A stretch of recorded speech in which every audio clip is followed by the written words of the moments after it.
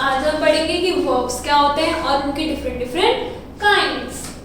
तो अब I play cricket on Sundays, मैं क्रिकेट खेलता हूँ संडे को। तो मैं क्या कर रहा हूँ? Play. My uncle lives in America, मेरे अंकल अमेरिका में क्या करते हैं? रहते हैं। She takes bread and butter in breakfast. The servant cleans the room.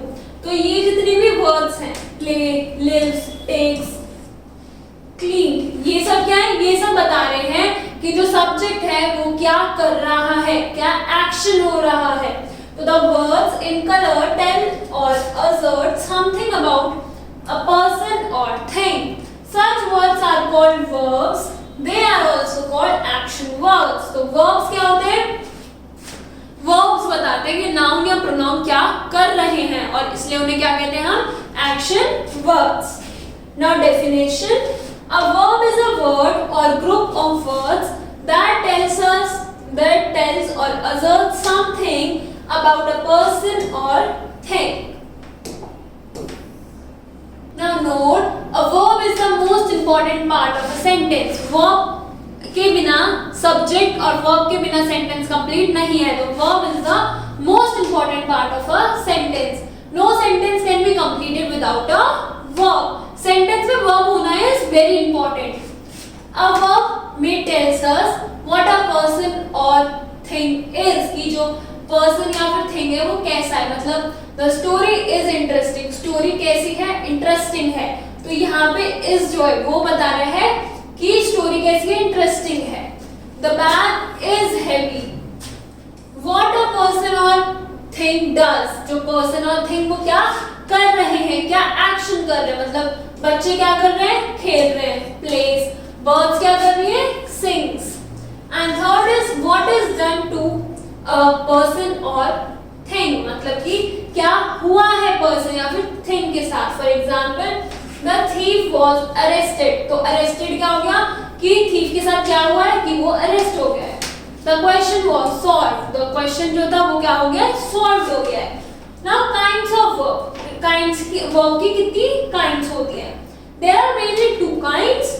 Transitive and intransitive verb. Transitive और intransitive verbs को आज हम पढ़ेंगे। तो transitive verb. Some verbs require an object after them to complete their sense. मतलब कि कुछ verbs होते हैं जिनके बाद में उन्हें object की जरूरत है। For example, the children play.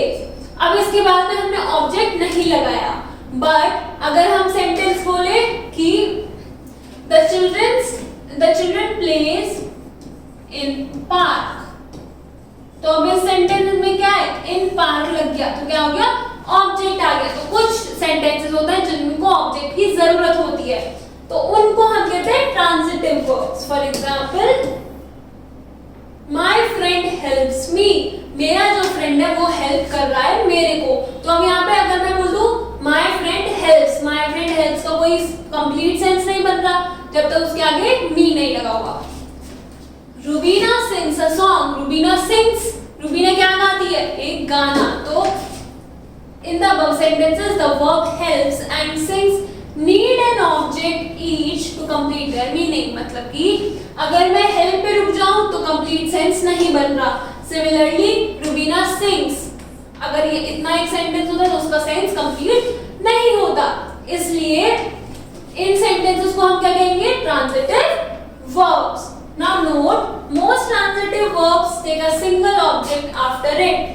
मतलब कि उनके बाद में क्या होता है? सिंगल। जैसे ये है Rubina sings a song. However, there are some transitive verbs that take two objects after them. Verbs like give, narrate, ask, offer, tells, etc. are example of such verbs. Now, for example, her father gave her a new pen. अब her father gave her, इतना भी होता तो ये complete हो जाता। A new pen, तो ये क्या हो गया? यहाँ पे हमने दो objects यूज करे। The company offered him a good post. Now next is transitive verbs with double object. Transitive verb with double object मतलब कि in case there are two objects, the object that comes immediately after the verb is called the indirect object. मतलब अगर verb खत्म हो रहा है उसके तुरंत बाद एक ऑब्जेक्ट आ रहा है उसे हम कहते हैं indirect object and the one that comes at the end जो एंड में आता है उसे हम कहते हैं direct object. However, their positions can be interchanged. That is, the direct object can be replaced after the verb and indirect object at the end. मतलब इनकी जो positions है वो भी change हो सकती है. For example, her father gave her a pen.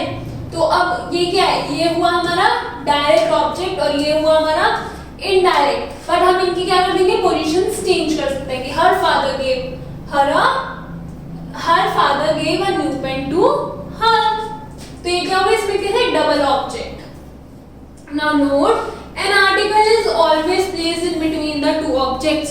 Article क्या हुआ इसमें यूज हो रहा है टू, इसमें अ, तो दो ऑब्जेक्ट के बीच में एक आर्टिकल जरूर होता है. If the direct object is placed first preposition to should be use before the indirect object. मतलब कि यहाँ पे हमने ए यूज करा. ए क्या हुआ article.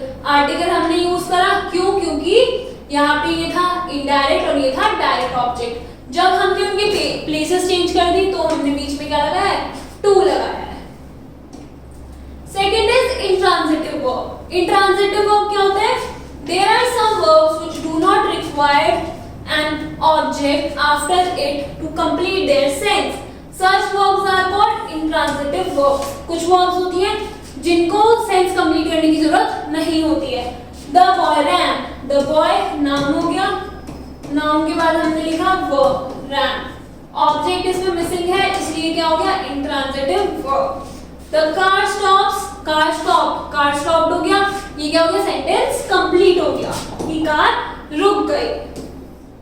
Now remember most verbs can function both as transitive and as intransitive verb. Therefore instead of calling a verb as transitive or intransitive, we generally say that the verb has been used transitively or intransitively. मतलब कि जो sentences होते हैं वो हमारे transitive sentence होते हैं और intransitive sentences होते हैं. For example, the driver stopped the car. The driver stopped the car. The driver is the noun. Stopped क्या हो गई? Stopped हमारा हो गया verb and the car is the object. अब हमने क्या लिखा? The car यहाँ पे बन गया noun, stopped बन गया verb and suddenly हो गया adverb. तो इसमें ऑब्जेक्ट कहीं यूज नहीं हुआ.